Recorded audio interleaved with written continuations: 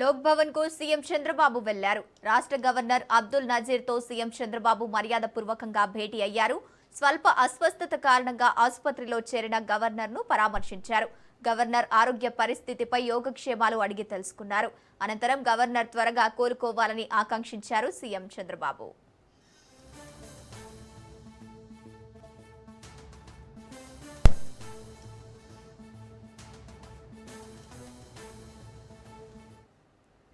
Right, ఇదే అంశానికి సంబంధించి పూర్తి డీటెయిల్స్ మా ప్రతినిధి సంతోష్ ఫోన్ ఇన్ ద్వారా అందిస్తారు. సంతోష్, చెప్పండి, రాష్ట్ర గవర్నర్ అబ్దుల్ నజీర్ తో సీఎం చంద్రబాబు మర్యాదపూర్వకంగా భేటీ అయినట్టు తెలుస్తోంది. దీనికి సంబంధించిన అప్డేట్స్ ఏంటి?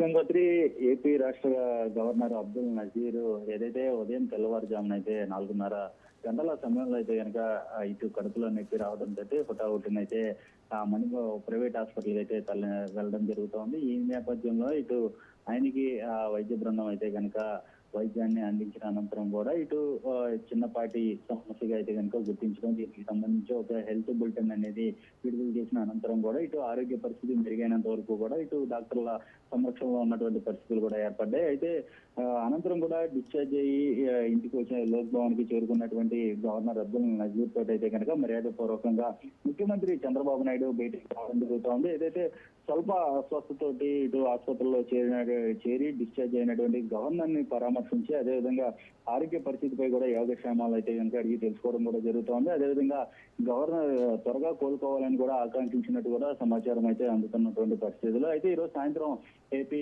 Chief justice, high court chief justice ప్రమాణ స్వీకారం ఉన్నటువంటి నేపథ్యంలోనే ఇటు దానికి సంబంధించి కూడా ఈ రోజు కలవడం జరుగుతోంది. మొత్తంగా చూస్తున్నట్లయితే కనుక ఇటు గవర్నర్ అబ్దుల్ నజీర్ అయితే కనుక పరామర్శించడం కూడా జరుగుతోంది. అంతేకాకుండా ఎప్పటికప్పుడు ఉదయం నుంచి కూడా ఆరోగ్య పరిస్థితిపై కూడా ఇటు లోక్ భవన్ కి సంబంధించినటువంటి అధికారులతోటి ఇటు సీఎంఓ ఆఫీస్ నుంచి అయితే వివరాలన్నీ అడిగి తెలుసుకోవడం కూడా జరుగుతోంది. ఏదేమైనప్పటికీ ఇటు డిశ్చార్జ్ అనంతరం అదేవిధంగా హెల్త్ బులెటిన్ విడుదల అనంతరం కూడా ఇటు డిశ్చార్జ్ అయినటువంటి పరిస్థితిని తెలుసుకొని ఇక వెంటనే నివాసానికి అయితే కనుక సీఎం చంద్రబాబు నాయుడు వెళ్ళడం, అదేవిధంగా కలిసి పరామర్శించడం కూడా జరుగుతున్నటువంటి పరిస్థితులు కూడా నెలకొన్నాయని తెలుస్తా ఉంది.